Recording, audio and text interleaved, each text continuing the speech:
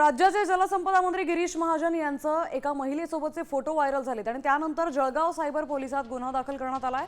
हे photo AI तंत्रज्ञानाचा वापर करून मॉर्फ केल्याचा दावा महाजनांनी केलाय, तर विरोधकांनी मात्र बदनामीसाठी हे कृत्य केल्याचा आरोप त्यांनी केलाय। या प्रकरणी पोलिसांकडूनही अज्ञातांचा शोध सुरू आहे।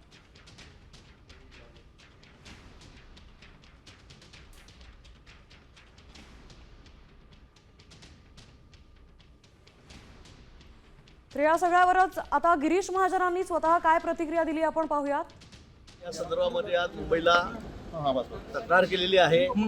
फोटो मॉपिंग करून काही फोटो दाखवले जात आहेत, सेल्फी घेतलेले। आता सेल्फी घेतलेले फोटो बघितले, पण काय मला कळत नाही, पण ते मॉबिंग केलेले फोटो आहे त्याच्यामध्ये। आणि ते फोटो फक्त मागची लोक कट करायचे, 2 जण सेल्फी घेतात दाखवायचं, अशा पद्धतीने चाललेलं आहे। मला वाटतं या संदर्भामध्ये मी सखोल चौकशी करण्याच्या संदर्भात विनंती केलेली आहे।